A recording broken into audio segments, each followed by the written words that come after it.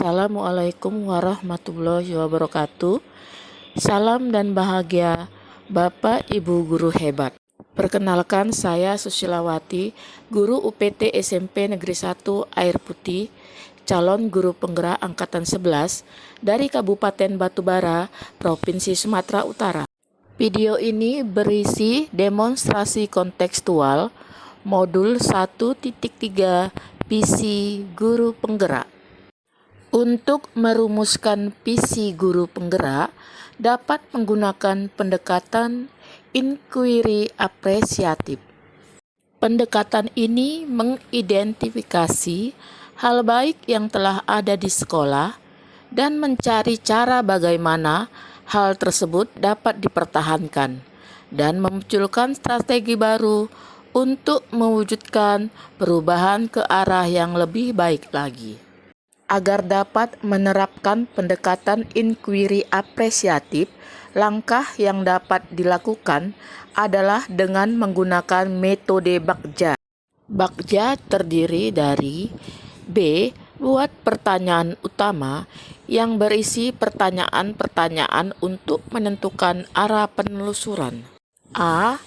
Ambil pelajaran. Maksudnya, memandu bagaimana pengalaman positif dari individu, kelompok, atau komunitas lain yang akan dijadikan pembelajaran. G. Gali mimpi, berupa narasi keadaan ideal jika prakarsa perubahan telah terwujud. J. Jabarkan rencana, dapat mengidentifikasi tindakan-tindakan yang akan dilakukan. A. Atur eksekusi, yang dapat membantu transformasi rencana menjadi nyata.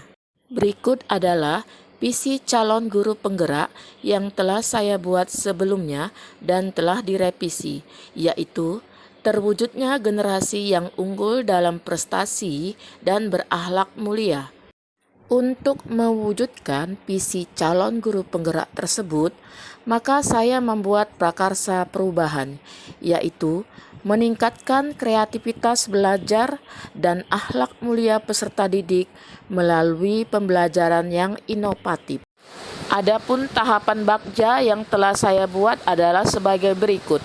Yang pertama adalah buat pertanyaan utama. Pertanyaannya yaitu, bagaimana meningkatkan kreativitas belajar peserta didik melalui pembelajaran yang inovatif? Tindakan atau penyelidikannya antara lain, yang pertama, melakukan diskusi dengan kepala sekolah dan rekan sejawat. Yang kedua, mencari referensi dan praktik baik tentang cara meningkatkan kreativitas belajar peserta didik melalui pembelajaran yang inovatif. Yang ketiga, mencari tahu karakter peserta didik berdasarkan asesmen diagnostik. Yang kedua, ambil pelajaran. Adapun pertanyaannya yaitu, yang pertama, siapakah guru di sekolah yang mempunyai pengalaman pendampingan murid berprestasi, guru yang selalu menerapkan pembelajaran yang inovatif di kelas, dan guru yang selalu menumbuh kembangkan pembiasaan positif sehingga peserta didik berakhlak mulia? Yang kedua, pembelajaran inovatif apa saja yang dilakukan? Yang ketiga, bagaimana memilih media atau teknologi pembelajaran yang tepat agar dapat meningkatkan kreativitas belajar peserta didik? Adapun tindakan atau penyelidikannya antara lain, yang pertama, mencari referensi tentang tokoh guru yang ahli di bidang teknologi, guru yang menemukan ide baru terkait pembelajaran, dan guru yang senantiasa memberi arahan-arahan positif bagi peserta didik. Yang kedua, mencari referensi tentang pembelajaran yang inovatif, yaitu dengan menerapkan model-model pembelajaran yang menyenangkan dan berbasis teknologi.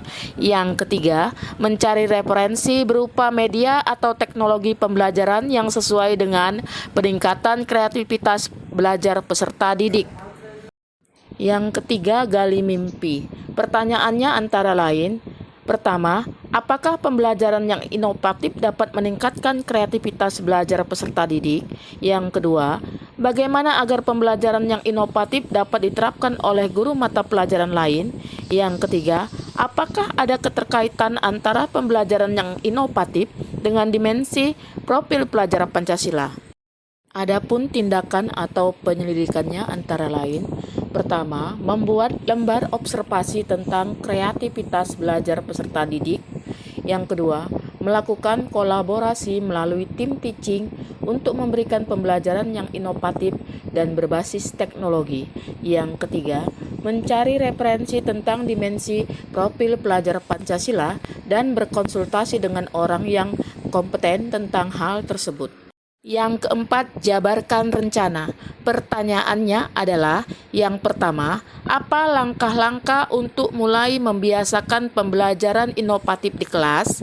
Yang kedua, apakah model pembelajaran dan media berbasis teknologi yang digunakan dalam proses belajar di kelas?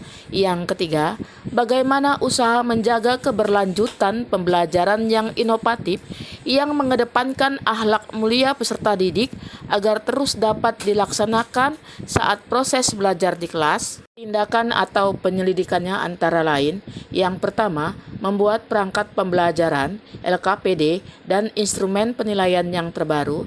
Yang kedua, menggunakan model dan media pembelajaran berbasis teknologi yang tepat sesuai dengan materi pelajaran dan karakteristik peserta didik. Yang ketiga, pemberian reward kepada peserta didik yang memiliki kreativitas belajar tinggi dan selalu menjunjung akhlak mulia. Yang terakhir, atur eksekusi. Pertanyaannya antara lain, yang pertama, siapa yang bertanggung jawab memonitor agar jalannya pembelajaran yang inovatif dapat berjalan dengan baik dan konsisten? Yang kedua, apa langkah-langkah yang dilakukan agar pembelajaran yang inovatif dapat berjalan dengan baik dan konsisten? Adapun tindakan atau penyelidikannya antara lain, yang pertama, seluruh guru mata pelajaran dan khusus guru bimbingan konseling lebih kepada pembentukan akhlak mulia dibantu oleh guru lainnya. Yang kedua, membuat jadwal kegiatan pembelajaran menggunakan model-model pembelajaran yang bervariasi dan media berbasis teknologi serta melakukan pembiasaan positif. Yang ketiga, melakukan refleksi secara berkala untuk mengetahui peningkatan yang terjadi dan melakukan perbaikan dalam pelaksanaan. Demikian rancangan tindakan perubahan berdasarkan tahapan Bagja. Semoga dapat membawa perubahan ke arah yang lebih baik dengan berpihak pada murid. Sekian video kali ini. Terima kasih. Wassalamualaikum warahmatullahi wabarakatuh.